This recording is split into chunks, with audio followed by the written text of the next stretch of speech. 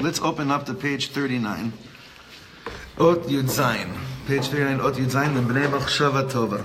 And the learning should be for the Refuah Shlema of, reminded last time, Esther Malka Gila Bas Chava. Learning to be for her Refuah Shlema. What a privilege to start the week off learning the Piasetzna. We'll learn it for a few minutes, because women's share is always on Sundays at 9:30, but we'll, as much as Hashem allows us, even 1 minute together is a gift. So, just to read, because we haven't learned Piasetzna in about a week and a half, just to go back to where we were last time.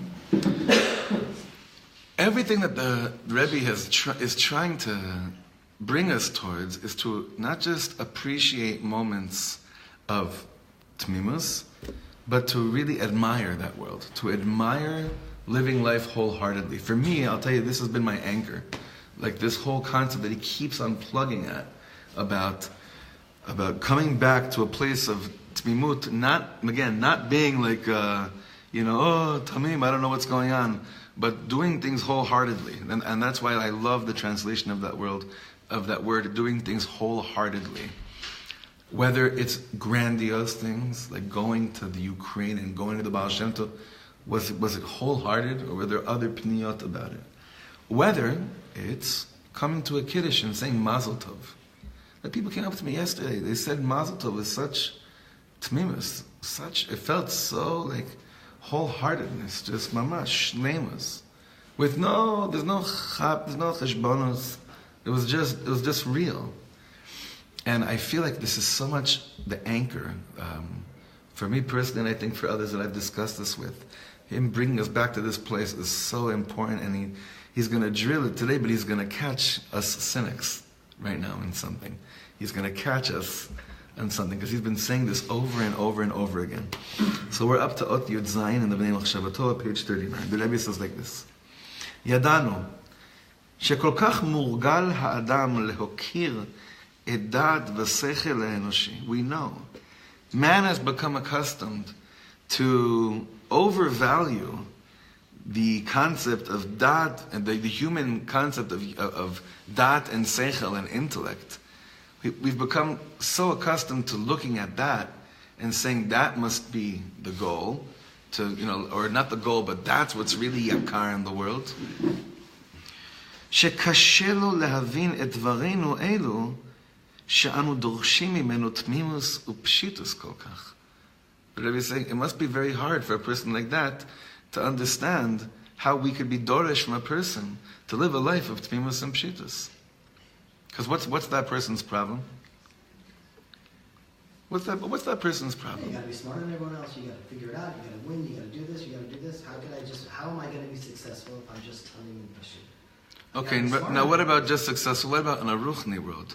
What would bother? I got to learn, right. So spiritually, it's even more confusing than materialistically. That's where it gets really, to me, that's where it gets much more troubling. What do you mean? The accumulation of knowledge is what I need in order. So Tmimus and Pshitas doesn't stem with accumulation of knowledge to a certain extent, right? It seems to be a dichotomy on a certain level there. How can I learn more, intake more information, and yet I'm told, wait a second, always go back, just be wholehearted. What does input do to us? What does input of knowledge usually do to us? Not that it needs to do it to us, but what does it usually do to us? Or you could say what it does to you, but there's no chok here. But what does it usually do to any of us?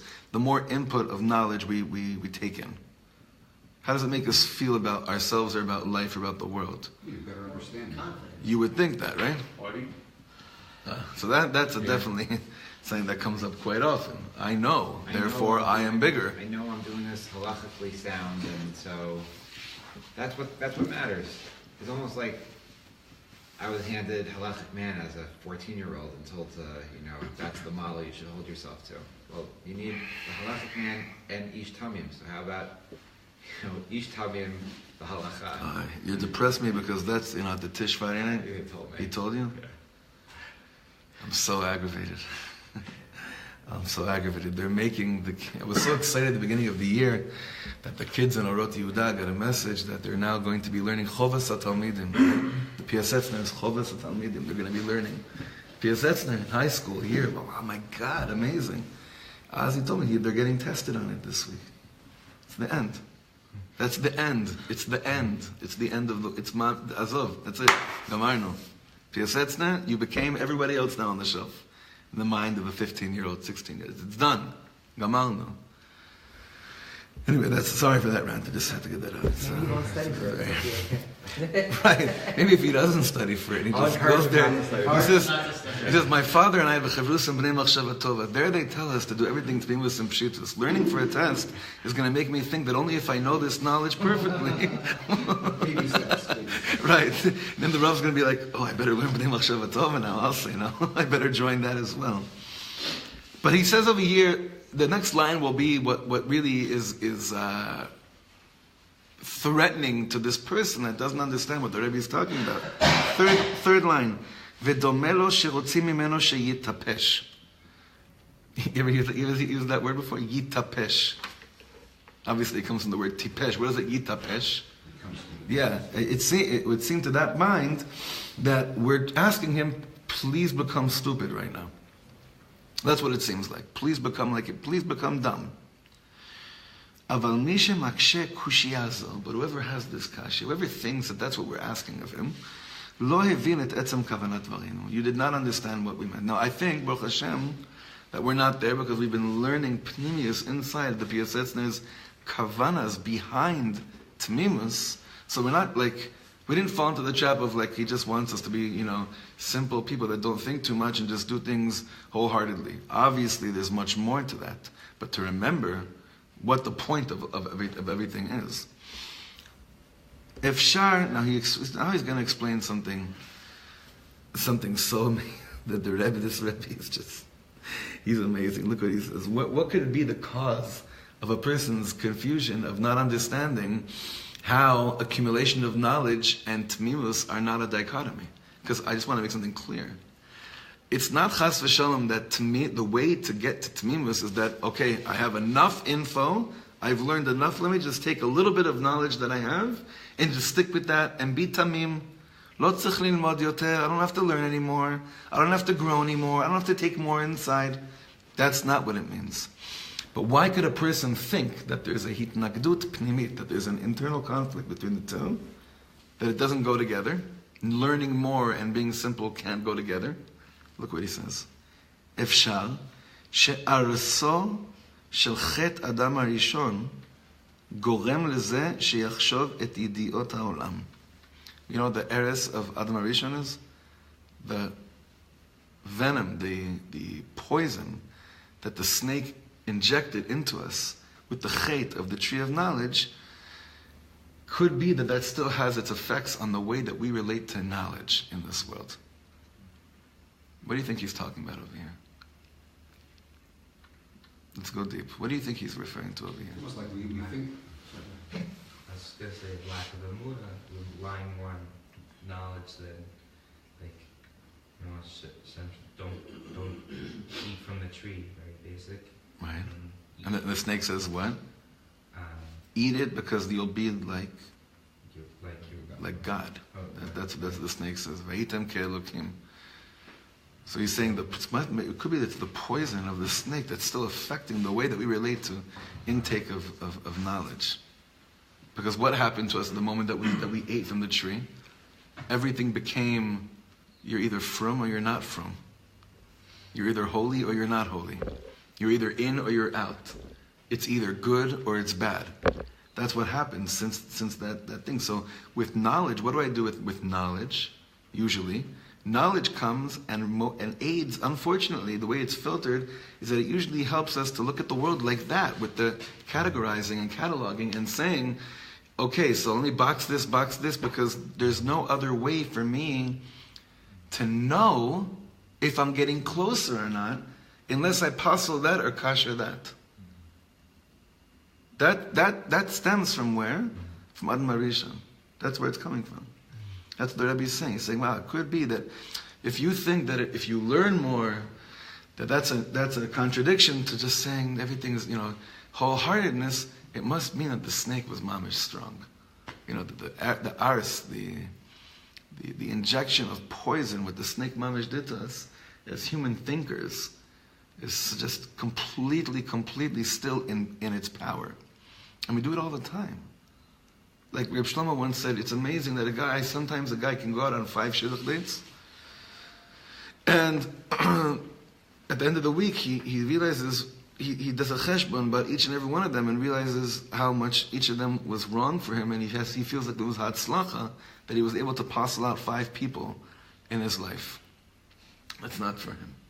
Right? Or a guy can go to yeshivas or check out different yeshivas or shuls, and based on the knowledge that he receives from experiencing or just observing, he observes to the extent that brings him to say, I know what's wrong for me. Okay, but do you know what's right for you? Now that's what usually happens to us when we start thinking like this. I generally, with da'at, I usually know more what's wrong. I usually tend to come to a conclusion about what's wrong for me as opposed to what's right for me. And even that which I think is what's right for me is more based on the disqualification ceremony I just did. It's not coming from a place of the tmimus of my neshama. How do I know what's right for me in this world? How do we generally know? How do we know how to trust what's right for us in this world, generally speaking? You think it's your neshama?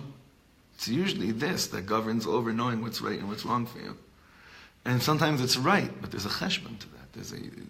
There's some kind of a bill you have to pay for looking at the world and experiencing life through that prism, through that way of looking at the world.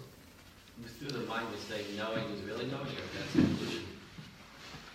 It could, no, the Rebbe is saying it could be through the mind you can get to the most exalted places in the world. But even the way that you think has to be done with tmimus. It's almost like he's saying, typically we're filtering top down, mind to heart, and you got to do it the other way. Because by the time you get whatever you're intaking to the heart, you filtered out. You filtered out so much. You filtered out so much already. You go the other way, when it comes up, you're closer.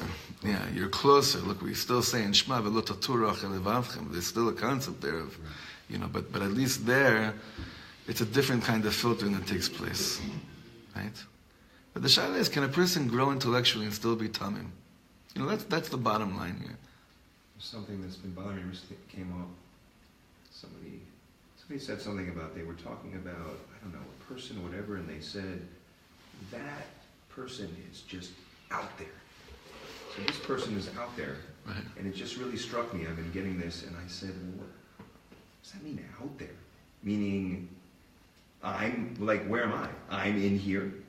Like I'm No, in no, this. no. I'm in You're this for place sure where out. I'm in the in. Right. But what do you say about me? Right. Right. That was bothering me too. I get that. Right. You know, He's out to lunch. He's out there, but we like look at this all the time, make these judgments and say, because, and I was thinking, no, that's like a real judgment because, like intellectually, I'm saying, well, they're out there and I'm in the in because I'm in the good place. I'm Right. in with the good people, and that one is out there with the people like I don't want to Associate with, And I'm yeah. thinking sometimes aren't we all out there? Yeah. Like, sometimes you get to the point where you can have all the knowledge you want, but you're still like I don't fit in. I don't like. We're all out there at some point, and I think that all the knowledge can trick us into thinking that somehow if we're in there, that we're okay. We're okay if we're in there. And that's like where like I go. Can to you with do my- that between? That's the shaila. Can you do that between Ties us? into the Right? previous piece, right? He spoke all about the danger of just letting the culture just envelop you Right. completely, and that's when somebody judges those that are Not in out there. there as being out there. Right. By even saying that. Because they are out there. They're out of the. They're out of your own box. They're out of the box of the culture that that person is trapped in. Right. And Baruch Hashem, they're out there. That's in that same token. Right. People want so bad to be in, they just adopt somebody else's beliefs, and after a while, they have no idea who they are. Exactly the words of the Rebbe in the previous chapter. Right. Exactly what he's saying over there. But I keep on asking the same shaila, and I'm like obviously waiting for Micah to answer, and he's not yet. And the shaila is, can you remain tamim with the accumulation of knowledge? The answer is yes. The shaila is how, right? That's the goal. Because no one here should learn from for this year, let's not learn anymore, because that'll just make us keep on boxing. No, it's let's learn how to process learning without the need without using tree of knowledge, good and bad, in and out of box. That's the goal. I think that That's the goes goal. to, again, his Hashkata method, right? Which is Observing the thoughts and not declaring what they judging are, not judging them. Yeah, it's hard. It's very difficult. It just seems to me that's a bit of a straw man we're building here. That the fear of all knowledge is haughtiness. That it's a possible end, a result of knowledge, but I don't think it's by far the most common consequence of knowledge. I think it's much more frequently, the word I used was confidence. Now, there's a difference between confidence and arrogance and haughtiness. So there's Sure. haughtiness and arrogance on one side and confidence on the other, but you do need to have knowledge Sure. of what is, just like halacha l'maisa, what you're supposed to do, just accumulates your knowledge. Absolutely. And also perspective, but just how you approach life, there's a certain amount of confidence that you're almost supposed to get. Moshe Rabbeinu was Anav Mikol Adam, but he didn't think he was Shafel. He knew who he was. He was a man who could talk to God and argue with God and beg God Right. and say, Hashem, forget, but who could do that? But he knew where he was in life. He knew what kind of caliber he was, but he didn't think he was more than that. That's what made, I think, what made him Anav Mikol Adam was that he knew exactly where he was. He didn't think he was lower than he was or higher. Do you think he felt One more. connected to the midah of tmimus? As if we can even speculate these things, but for just our own sense of trying to connect, do you think Moshe Rabbeinu, if you sat him down, be like everything you went through, all this back and forth with Hashem that no other man in the world ever had to go through, when this midah called tmimus that the PSS Rebbe is going to talk about in a few thousand years, is that possible in your life? Moshe Rabbeinu might not be a great example. I don't know. I would like to say yes because we want to see everything great about Moshe Rabbeinu. Right. But if you look at just the story as his life develops, it doesn't look as obvious. But my primary point is saying that the idea that knowledge leads to or is counters to tmimus, I actually think is dangerous. Something we never want to discourage knowledge. We want to only embrace it, but also channel, like you said, Right. the balance. So what are we trying to discourage? Besides haughtiness. No, it's the. But no, besides that. That's vadai. That's easy to detect. Besides haughtiness, what are we trying to discourage? Judgment is really where it boils down to. If you're taking in knowledge and it's causing you to judge more based on the knowledge, because you're doing it all wrong. But judgment is good though if it's used the proper way. But I think. Right. I'm I'm saying saying you gotta make judgments, Negative but judgment against others. Right. To say that, that they're wrong and I'm right. I think the caricature of someone making a decision is like, all right, let's get the pros and let's get the cons, and let's put all of the good things here and all the bad things here. That's exactly what he's pushing against. He said, that's not how to make a decision. It's a dat tov v'ra. How do you make a decision? Try to tap into like the gut, like the kishkas, to your heart, and then from that place, say like this feels, and then from this place make the decision. Not from up here doing this whole cheshbon of ra ra tov tov ra ra tov tov tov ra. That's like the caricature of like, let's just make the line, take the chart, do it like this, pluses and minuses. And he's saying if you really want to be in touch with your neshama, that's not the way to do it, the pluses and minuses. I had this come up in my life 2 weeks ago, where I had a gut feeling about something. I felt very strongly that I should not pursue something, and then I kept getting pushed back, trying to pull me in. And then I went and I did the cheshbon from the mind, and afterwards I realized, what am I doing? I know this is not for me. You know, you can know something, but you're like, it's not as deep of an understanding as it could be later on. So it's not something that you could just rely on as being like, this is what I'm going to stick with. Like, there's knowledge, but like there's, as you get older and more and experience more, you understand that same knowledge in a different way, and maybe apply it in a different way. Like, I know it's safer not to live amongst terrorists. Right. I know that. That's probably a yediyah that anyone with intellect would know to be a safer assumption. Right? I know that, right? But that yediyah somehow is not governing my life. Now the guy that looks at the cultural, with the world of like what the world says is safe and not safe, looks at you and says, when I drove to your house, I'll never do that again. You're insane. You're out there. You're out there. You made out. That's true. And yet I'm amongst everyone that's out there. We were talking about it this morning too. I think it's when you get to the place where you feel that the knowledge is the end, that the knowledge you have is the end. Right. That's what we need. Right. That's what we base our decisions on. Then you're not in the place of. And it's really the opposite. The knowledge that you have is, you realize how far you are. Right. Like the universe is still expanding. So it's actually, that's what I think the danger here is thinking, okay, I got this. I'm cool now. I finally get it, as opposed to, yeah, I'm a little more mature, but I just realized that I know even less. Or that my perspective and the view, the picture, the landscape is so much greater than I thought. Right. Nachon. A haughty person cannot digest a second of what you just said. There's no room for it. It's not only can he, it's a noged. It opposes his understanding of intake of information. It goes against it. Because info and das is supposed to help me say, now I know, atayadati. That's supposed to, right?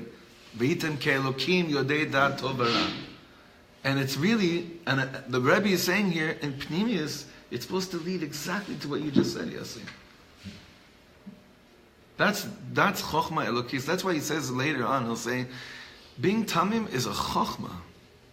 Even though it's such a simple thing, meaning it sounds like just simplicity. No, you easily go the other way. Exactly. Exactly. Same as being mevatel. Right. It's the same. Right. Same place that bittul leads to. This kind of das. Look, it's not stam in Chabad.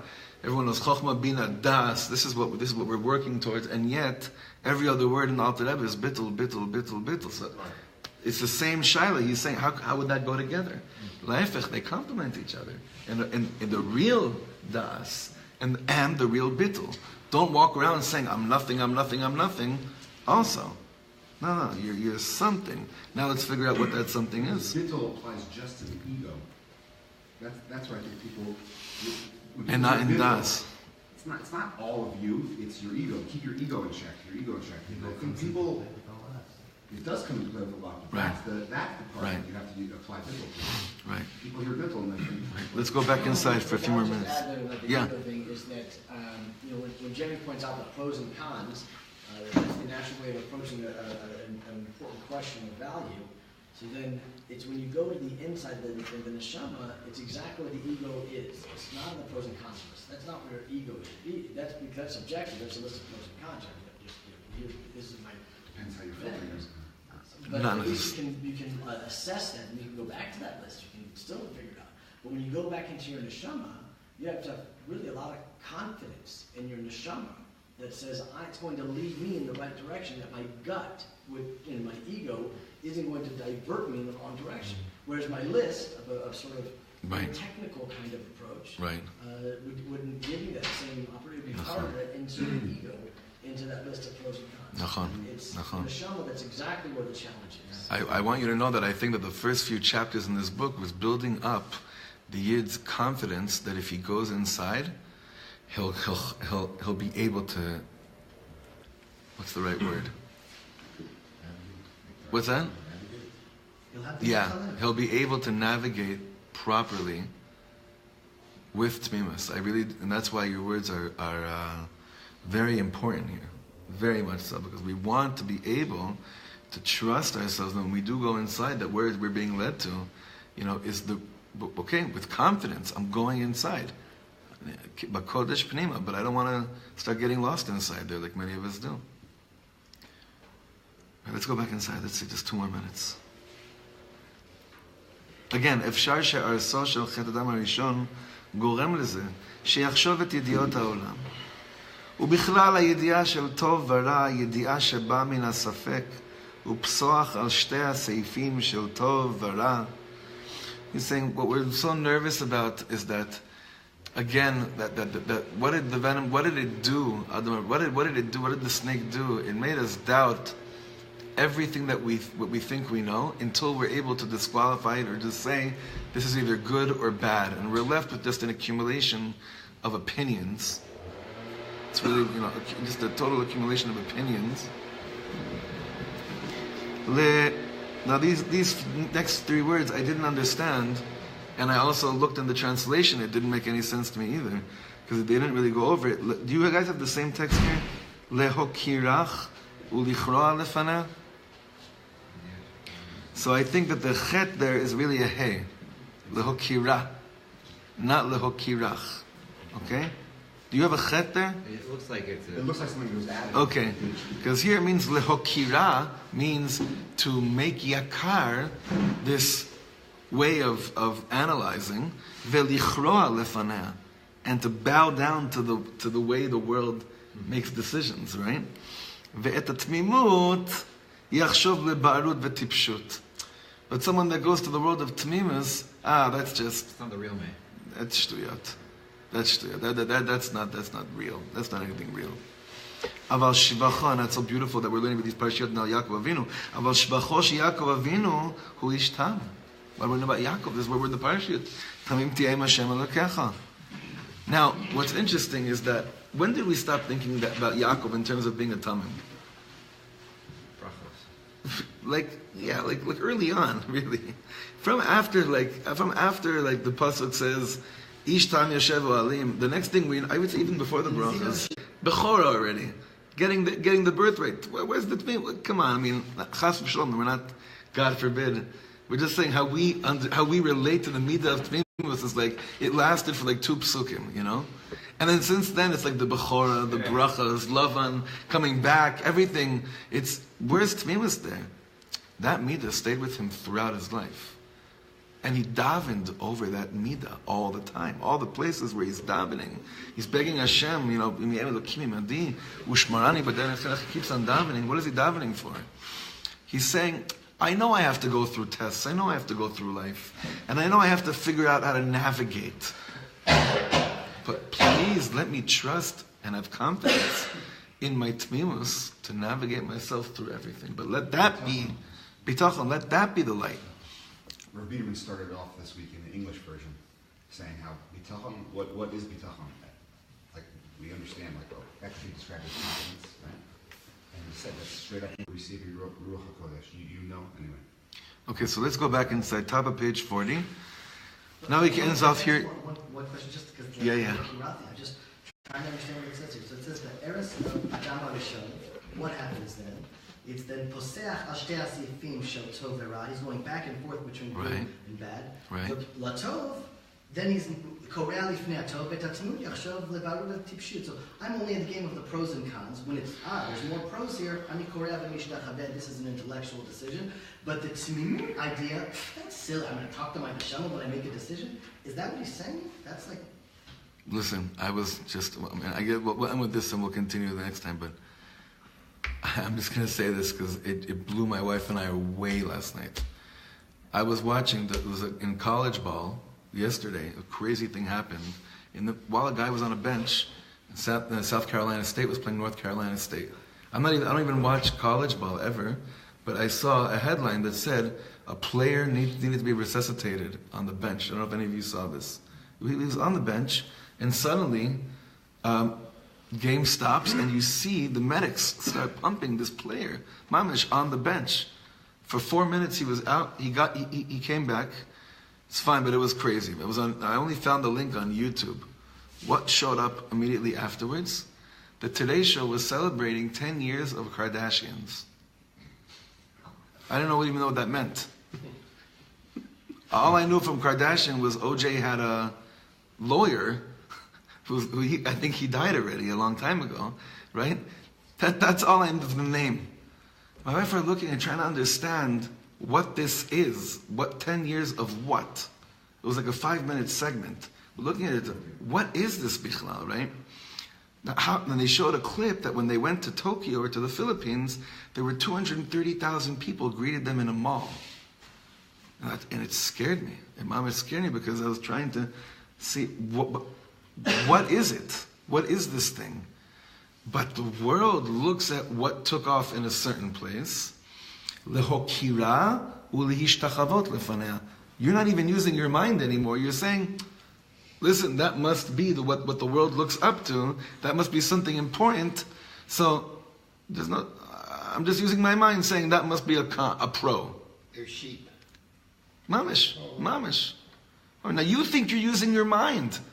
Because you think based on, on the consensus of the klal, it must be that most people think logically. And if this is what most people think is something that's important, I don't even use my mind. I use to decipher whether it's good or bad. I just say this must be good because it's being followed. Right? But you're mishtachaveh. You're mokir, that which not even you came to a conclusion that's good. That others came to some sick, twisted conclusion that is important and good. I still have no idea what these women do. Not only that, and you, Yossi, and Bnei Machshava Tova are like weak cop-outs. I don't know. You're not joining the rest of the crowd. You're not joining the real, the here and the now. You're out there. We're out there. We're the out there ones. You're out there. You're mevatel yourself. That's for the simple person. Meaning you don't really have the knowledge. You're not in the. And if you did, they have a time on me even. Right. So that's why the Rebbe is saying you hold on to tmimus for dear life, because you'll end up making a bunch of decisions based on your demented way of deciphering between good and bad, that you're not even connected to any part of what your soul is saying. Nothing. After on our trip to New York, Yeah. I went with you to go to Rip Weinberger and to start doing some work stuff. And Right. somebody said to me, "You gonna get with the program?" I said, You're gonna. "Are you gonna get with the program already? Like, come on, like, you just spent a month. Yeah, Snap out of it. Right. Someone came up to me once. I and laughed asked and I her- said, "Oh, I'm more with the program man than I've ever been. What are you talking Someone about?" came up to me once and said to me recently. He said, "Shlomo, it's time for you to get a legitimate job. You know."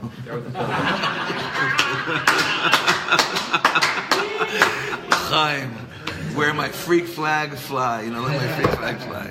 All right, shekayach.